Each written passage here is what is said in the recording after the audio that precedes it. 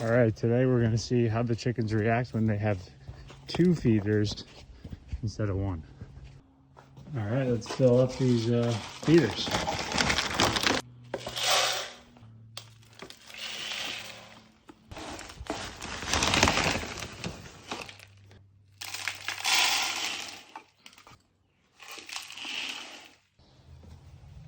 First we'll put in their water.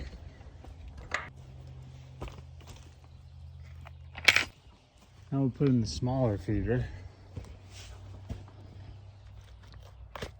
And then we'll put the bigger feeder in. All right, the run's all ready for the chickens. This morning I put a couple new piles of greens in. Makes it easier to clean and gives them something to peck at. Okay, let's see how the chickens react this morning.